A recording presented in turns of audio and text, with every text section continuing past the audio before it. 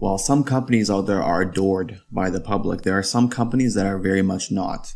I would put GNC in this category.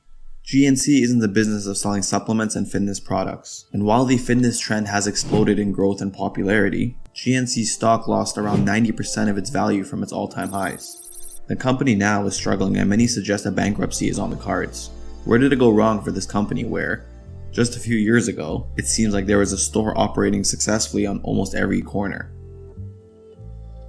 Although some may see this as an extreme statement, I would say their business model was based on deceit and aggressive sales tactics.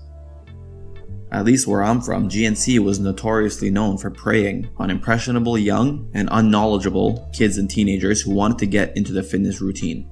They were told that they have to purchase these supplements, expensive supplements, in order to get the results that they so intend. Nothing could be further from the truth, and a plethora of information has shed light on this matter in the last coming years, which has led to many consumers shifting away from the intensive supplement routine to more natural methods and remedies. Although there is still a market for supplements, Walmart has been doing very well in the supplement market as part of its overall business strategy. However, people have started to realize you don't need the ultra expensive products to yield the same results. And because of this, GNC's business model has faltered. Where we are today, the company has long-term debt of nearly $1 billion, which is substantial when you consider the fact that net income for the last few years has been negative. From 2016 to 2018, here are the net income figures. So how will they serve this long-term debt? Well, it's not going to be on the balance sheet either.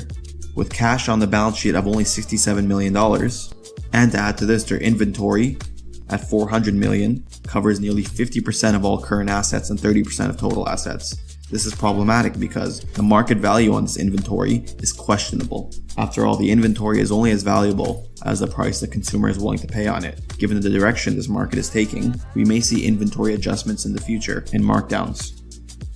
The company hired Goldman Sachs to help them solve their debt issue, and there have been rumors that they are looking to be acquired by a competitor or possibly some private equity firm. But as it stands right now, let this be a lesson, kids.